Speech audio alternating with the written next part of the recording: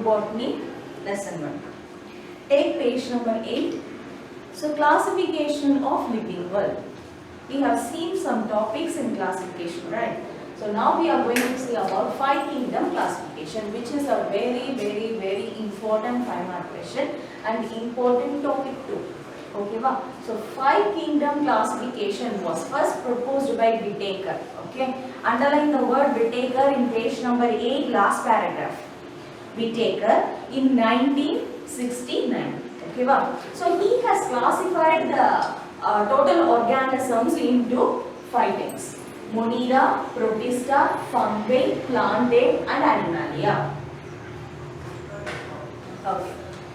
So, இப்போ Monera பத்தி பார்க்கலாம். What is Monera? Monera's best example is bacteria. So Monera bacteria அப்படின்னு சொன்னோனே நீங்க ஈஸியா சொல்லலாம். It is an unicellular organism. Bacteria is an unicellular, sometimes multicellular. So நம்ம majority எடுத்துக்கலாம். It is an unicellular organism which is prokaryotic. I have told you what is prokaryotic. Prokaryotic means it does not have two nucleus. Okay va? So ஒரு bacteria வந்து நீங்க அப்படியே ஒவ்வொண்ணா term பண்ணிட்டே வந்தீங்கன்னா உங்களால ஈஸியா வந்து Moneraவை அண்டர்ஸ்டாண்ட் பண்ண முடியும். So best example Monera என்ன bacteria. See your tabular column in page number 9. Okay va? So first paragraph பாருங்க. First tabular column Monera பாருங்க. Cell type is prokaryotic. You know what is prokaryotic, right? Next, அடுத்தது பாருங்க level of organization. Level of organization is unicellular, sometimes will be multicellular, but rare case now. Okay, அடுத்தது cell. The cell wall is made up of bacterial cell wall is made up of peptidoglycan. Okay, it is made up of peptidoglycan. Underline the word peptidoglycan and mucopeptides. Okay, next nutrition பாருங்க. It can be autotrophic. What does mean by the term autotrophic? Autotrophic means the organism can prepare their own food. Okay, it need not to depend on other organism for their survival or food. Okay, other organism தேந்து சாப்பாடு எடுத்துக்கணும்ன்ற அவசியம் இல்ல. அதே தன்னோட சாப்பாடை prepare பண்ணிக்கும். அதுதான் autotrophic. So first பாருங்க, ஏன்னா பாக்டீரியா ஒரு டைப் ஆஃப் பாக்டீரியா பத்தி பார்க்கலாம்.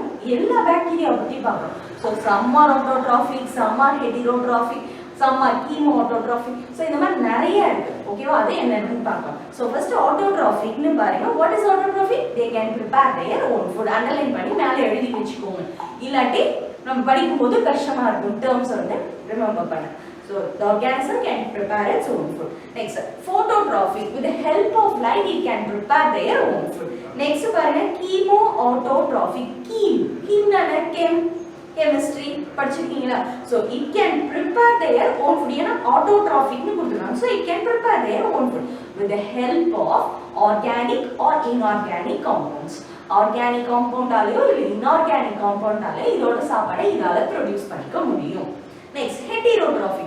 Autotrophic அப்படியே exact opposite யாரு? Heterotrophic. What is mean by heterotrophic? It cannot prepare their own food.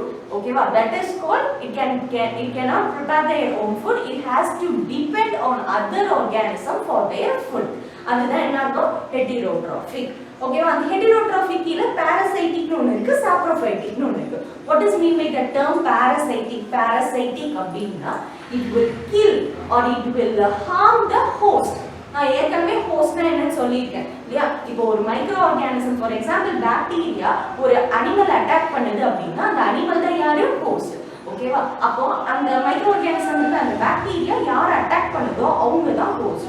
அந்த ஹோஸ்ட் கடைசியா கில் பண்ணும், ஹார்ம் பண்ணும். இதுதான் வந்து parasitic. It definitely cause diseases to that host. அதுதான் என்னது?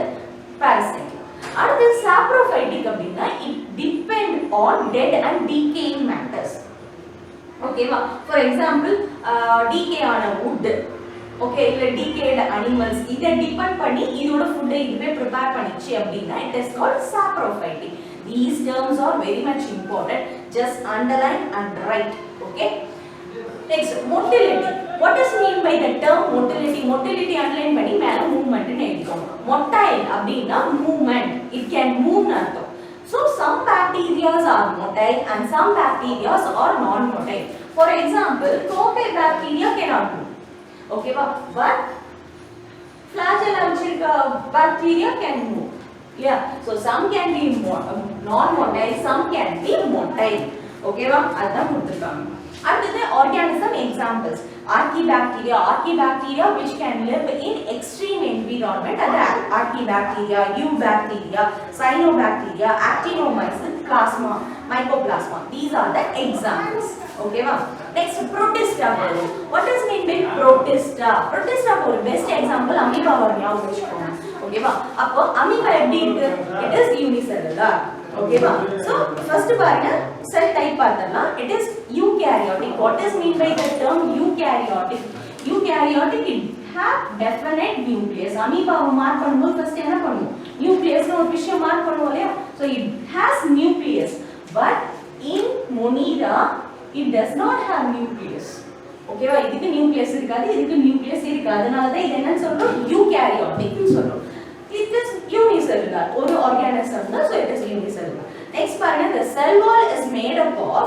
cellulose in some cellulose ஆக இருக்கும் இல்லாட்டி இருக்காம கூட இருக்கும் next nutrition autotrophic what is autotrophic it can prepare their own food what is photosynthetic with the help of light energy it can prepare their own food அடுத்தது heterotrophic it cannot prepare their own food it has to depend on other organism இது எல்லாம் ஒரே organism பத்தி பேசல இந்த protista example paramecium amoeba இந்த மாதிரி நிறைய இருக்கு இல்லையா ஒவ்வொரு ஆர்கானிசமுக்கும் ஒவ்வொரு மோட் ஆஃப் நியூட்ரிஷன் இருக்கும் அத பத்தி தான் பேசுறாங்க ஓகேவா நம்ம ஒரு நல்ல எக்ஸாம்பிள் என்ன எடுத்துக்கலாம் amoeba எடுத்து யோசிச்சு வச்சுக்கலாம் next motility amoeba can move right so motile sometimes it can be motile some organisms are motile and some organisms are non motile organism example பாருங்க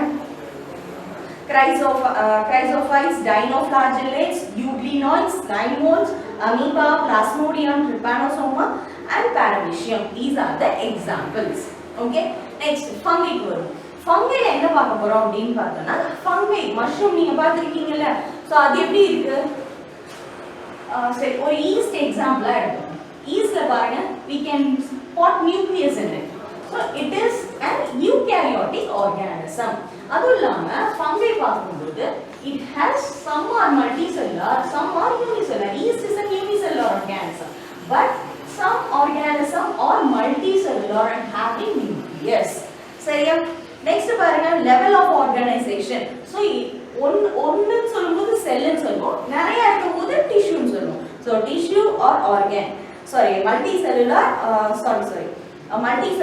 or unicellular multicellular or unicellular அடுத்தது cell wall the cell wall of fungi is made up of chitin okay fungi என்னன்னா chitinனால mat ஆயிருக்கு ஓகேவா ஆனா bacteria peptidoglycan இதுல cellulose ஓகேவா sometimes present sometimes not present இதுல chitin okay next nutrition heterotrophic what is meant by heterotrophic it cannot prepare their own food because it does not have chlorophyll நீங்க mushroom பாத்தீங்க white கலர்ல இருக்கு it does not have chlorophyll so அப்ப அதுக்கிட்ட chlorophyll இல்லாதனால it has to depend on some other organism for their food for its survival so it is called heterotrophic most of the fungi can be saprophytic okay va saprophytic na it depends on dead organism or parasitic நீங்க நெயிலியோ இல்ல ஹேர்லியோ இல்ல fungi பாத்தீங்கன்னா தெரியும் it is depending on the cells so it is a parasite next motility it cannot move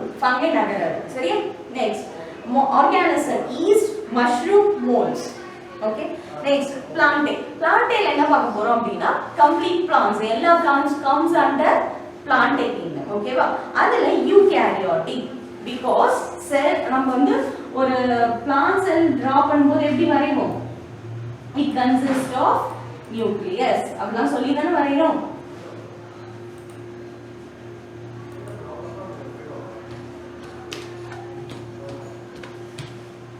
ஓகேவா it has nucleus so it is an eukaryotic organism next tissues organs are present obviously இங்க tissues இருக்கு இல்லையா நம்ம leaf ஆகட்டும் இல்ல ஒரு stem ஆகட்டும் எல்லாமே நம்ம tissue னு சொல்றோம் and sometimes organs இங்க organs னும்போது xylem phloem leaf stem எல்லாம் organs குள்ள வருது next cell wall it is made up of cellulose cell wall is made up of cellulose Next, nutrition, it has chlorophyll, so it can prepare their own food. அதனால உங்க bookல என்ன கொடுத்திருக்காங்க? Autotrophic, bracketல photosynthetic.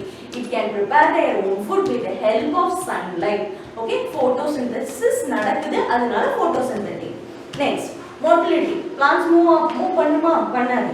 ஓகேவா? Leaf இல்லாட்டி அந்த காத்துல வேணா ஆடுமே தவிர செடியே நகராது இல்லையா?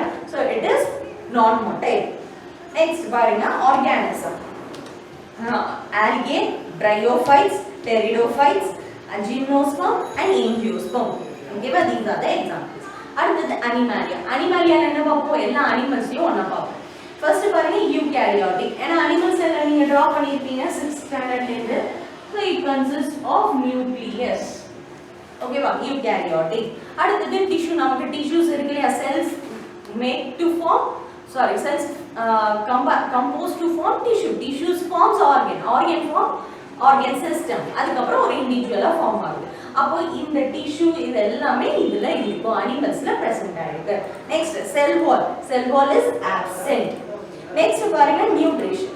We are not preparing our own food. இல்லையா? We have to depend on some other organism. Plant அதை குக் பண்ணி சாப்பிடுறோம், இல்லாட்டி அனிமல்ஸ் ஹண்ட் பண்ணி சாப்பிடுறோம். ஸோ இதெல்லாம் பண்றதுனால எப்படி இருக்கும் அப்படின்னு பார்த்தோம்னா we are depending on other organism for our survival.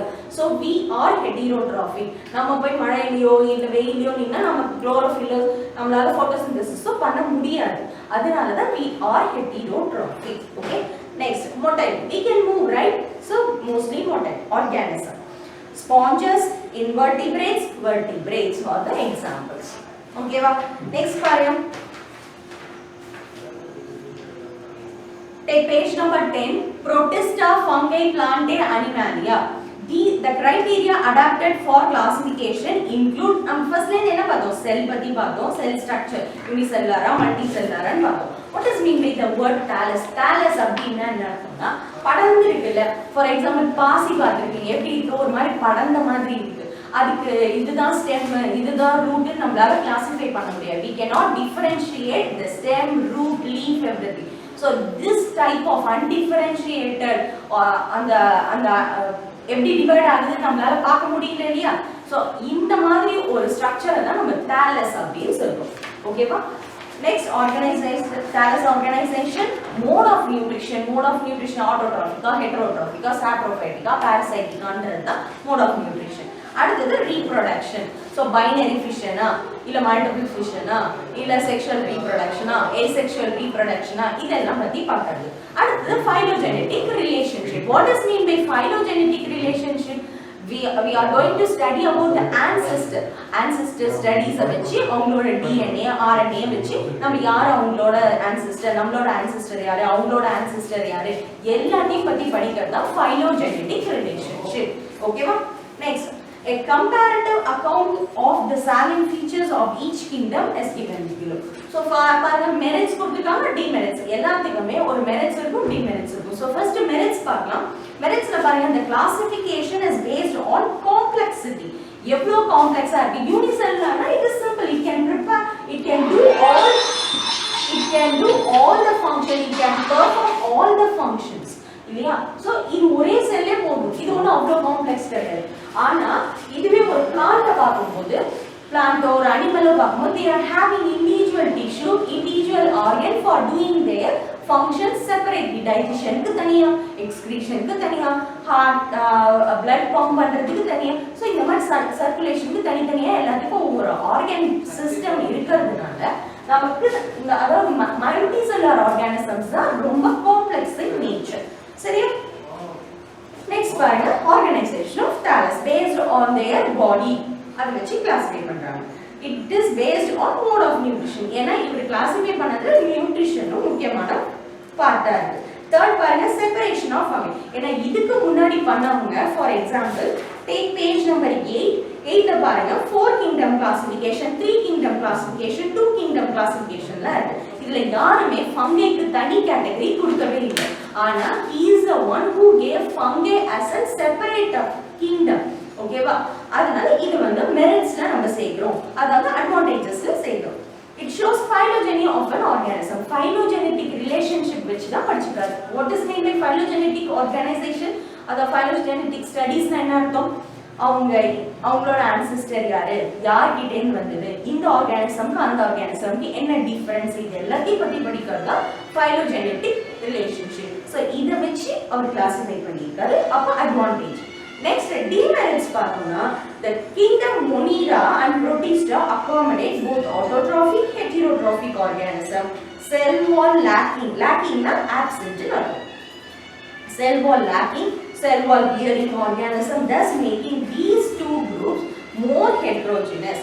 So இவர் என்ன பண்ணாரு, இது ரெண்டும் பிரிச்சதுனால கிட்டத்தட்ட ரெண்டுத்துக்கு ஈக்குவலான இம்பார்ட்டன்ஸ், இதுக்கு செல் வால் இருக்கு, இதுக்கு செல் வால் இருக்கு, இதுக்கு இல்ல, இதுக்கு செல்லுக்கு இல்ல. சோ இந்த மாதிரி வித்தியாசமா பண்றதுனால இது கொஞ்சம் டிஃபரெண்டா இருக்கு அப்படின்றாங்க. அடுத்தது வைரஸை இவங்க யாருமே கொண்டே வரல, கனெக்டிட்டே கொண்டு வரல. So viruses R not included in the system. இது டிமெரிட்ஸ்ல சேர்க்கறாங்க.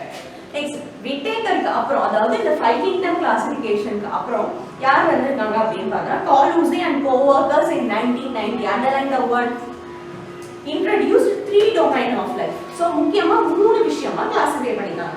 Bacteria, archaea and eukarya. Bacteria தெரியும், archaea which lives in extreme environment, extreme temperatureல, அதாவது நம்ம எதிர்பார்க்க முடியாத அளவுக்கு அவ்வளோ டெம்பரேச்சர் இருக்கும். ஃபார் எக்ஸாம்பிள் கொதிக்கிற தண்ணி மாதிரி, இல்லாட்டி வேல்கனோக்குள்ள, இல்ல கடலுக்கு அடியில அட் ஹை பிரஷர், இந்த மாதிரிலாம் இடத்துல யார் இருக்கா அப்படின்னா ஆர்கிபாக்டீரியா கேன் சர்வ். ஓகே, அடுத்தது eukaryotes. Okay, based on the difference of R, underline this word, based on the difference in rRNA nucleotide sequence, lipid structure on the membrane. So இவர் எதை வச்சு இந்த மூணா கிளாசிஃபை பண்றாரு அப்படின்னா rRNA ஓட nucleotide, rRNA which is an nucleic acid இல்லையா, அதுல உள்ள ATGC கண்டென்ட் வச்சியும், அதுக்கு அப்புறமா AUGC கண்டென்ட் வச்சியும், அடுத்தது லிபிட் ஸ்ட்ரக்சர். லிபிட் ஸ்ட்ரக்சர்னும் போது என்ன சொல்றோம், அதுல என்னென்ன அமினோ ஆசிட் ஜாயின் ஆயிருக்கு அதோட செல் வால்ல எல்லாத்தையும் வச்சு தான் இவங்க கிளாசிஃபை பண்ணிருக்காங்க. நெக்ஸ்ட் அடுத்தது யார் வரா அப்படின்னா ரிவைஸ்ட் 6 kingdom கிளாசிஃபிகேஷன். ஓகேவா, இப்போ என்ன பார்த்தோம் அப்படின்னா காலூசி பத்தி பார்த்தோம். நெக்ஸ்ட் வந்து 6 kingdom classification. Underline the word Thomas Cavalier Smith in 1998. ஓகேவா, he has divided மொனீராவே அவர் என்ன பண்றாரு, ரெண்டா டிவைட் பண்றாரு. ஒன்னு ஆர்கிபாக்டீரியா, இன்னொன்னு யூபாக்டீரியா. ஆர்கிபாக்டீரியானா யாருன்னு சொன்னேன், which lives in extreme environment. Example at deep sea. ஓகேவா, நம்ம மரைனா ட்ரென்ச் அந்த மாதிரிலாம் ஞாபகம் வச்சுக்கோங்க. ஓகேவா, இல்லாட்டி வேல்கனோக்குள்ள இருக்கிற பாக்டீரியாவை ஞாபகம் வச்சுக்கோங்க. அப்ப ஆர்கிபாக்டீரியா lives in extreme environment. Eubacteria is a normal bacteria which ranges from spiral இருந்து காக்கை எல்லாமே இது வந்து யூபாக்டீரியாக்குள்ள வரும். ஓகேவா, அடுத்தது ருகேரோ இன் அண்டர்லைன் பண்ணிக்கோங்க. ருகேரோ இன் 2015 classified 7 kingdom concept. சோ இவர் என்ன பண்றாரு, 7ஆ கிளாசிஃபை பண்றாரு. இது என்னன்னு பார்த்தோம்னா அந்த முன்னாடி பண்ணார்ல தாமஸ் கேலிவர், இவரோட கொஞ்சம் மாடுலேஷன் தான் இவர். ஓகேவா, நெக்ஸ்ட் பாருங்க underline there are 2 super kingdoms, prokaryote, eukaryote. prokaryoteனா என்னன்னு தெரியும், eukaryoteனா என்னன்னு தெரியும் இல்லையா. prokaryote, eukaryote. prokaryote அத திரும்ப டிவைட் பண்றாங்க. என்னென்னவா, இப்போ முன்னாடி பண்ணாரு ஆர்கிபாக்டீரியா, யூபாக்டீரியா. ஓகேவா, prokaryote முடிச்சதுக்கு அப்புறமா eukaryoteக்கு தனியா பிரிக்கிறாங்க. eukaryoteனா which has nucleus. சோ இவங்களை யார் யாருன்னா பிரிக்கிறாங்கன்னா புரோட்டோசோவா. சோ இதுக்கு முன்னாடி எல்லாமே கன்ஃபியூஸ்டா புரோட்டிஸ்டா அப்படின்னு இருந்தது, இப்போ புரோட்டோசோவா அப்படின்னு பிரிச்சுட்டாங்க. Protozoa, Chromista. குரோமிஸ்டால எதை பத்தி படிப்போம் அப்படின்னா ஆல்கேவை பத்தி படிப்போம். ஓகேவா, குரோமிஸ்டா, ஃபங்கை, பிளான்டே, அனிமாலியா. இதுக்கு முன்னாடி இருந்தவங்க எல்லாம் என்ன பண்ணாங்க, ஆல்கேவை எல்லாத்தையும் தூக்கி பிளான்ட் குரூப்குள்ள போட்டாங்க. ஆனா இவர் என்ன பண்ணாரு, குரோமிஸ்டான்னு ஒண்ணு தனியா பிரிச்சுட்டாரு. ஓகேவா, a new kingdom Chromista was erected and it include all the algae whose chloroplasts contain chlorophyll A, chlorophyll C. Underline பண்ணுங்க. Forms that closely related to them, diatoms, brown algae, cryptomonas. These are the names of algae. Okay, oomycetes which are placed under this kingdom. Okay ma. Next, ஒரு சின்ன do you know box இருக்கு, அதை underline பண்ணிக்கோங்க. Important 2 mark question. Red tide அப்படின்னா என்னன்னா கடல், அதாவது ஃப்ளோரிடால என்னாச்சு அப்படின்னா underline the word Florida in 1982 underline பண்ணிக்கோங்க. ஸோ ஃப்ளோரிடால என்ன ஆச்சு அப்படின்னா திடீர்னு பார்த்தா கடல் வந்து ரெட் கலர்ல மாறிடுச்சு அப்படின்னாங்க. எதனால அப்படி மாறுச்சு அப்படின்னா பிகாஸ் ஆஃப் திஸ் ஆல்கே. அந்த ஆல்கேயோட பேர் கொடுத்துருக்காங்க பாருங்க, ஜிம்னோடியா. அண்டர்லைன் ஜிம்னோடியா என்ன பண்ணுவாங்க அப்படின்னா கிளாசிஃபை பண்ணி இது இந்த கேட்டகரிக்குள்ள வருது அப்படின்னு கிளாசிஃபை பண்ணவர் பர்ச். ஓகேவா? அடுத்தது கிரிஃபித் எக்ஸ்பெரிமெண்ட் திரும்ப பார்க்க போறோம், ஒரு பெரிய எக்ஸ்பெரிமெண்ட், வெரி சிம்பிளஸ்ட் ஒன். அடுத்தது Joshua லீடர்பர்க் discovered plasmid. What is mean by plasmid அப்படின்னா இந்த பாக்டீரியாக்குள்ள நம்ம நியூக்ளியாய்டுன்னு ஒன்று பார்த்தோம் இருக்கு இல்லையா, அது தவிர there is an extra chromosomal DNA. இது தவிர இன்னொரு DNA இருக்கு, இந்த DNA பேர் தான் plasmid. ஓகேவா? This is nucleide. இதுவும் DNA தான், அதுவும் DNA. ஆனா இது chromosomal DNA, இது வந்து extra chromosomal DNA which is called plasmid, which gives additional power to the individual bacteria. Okay va? Next பாருங்க, bacteria is prokaryotic, unicellular, ubiquitous. Ubiquitous, it can present everywhere, even space ல கூட microorganism அதாவது bacteria present ஆயிருக்கு அப்படின்னு சொல்றாங்க. Microscopic in nature, we cannot see with our naked eye. The study of bacteria is called bacteriology. First இந்த மாதிரி ஒரு micro organism தான் இருக்கு அப்படின்னு சொன்னவர் யாரு அப்படின்னா ஆண்டன் வான் லீவன். ஓகேவா? ஆண்டன் வான் லீவன் என்ன பண்ணாரு அப்படின்னா அனிமல் கியூல்ஸ் அப்படின்னு அதுக்கு பேர் வச்சார். ஓகேவா?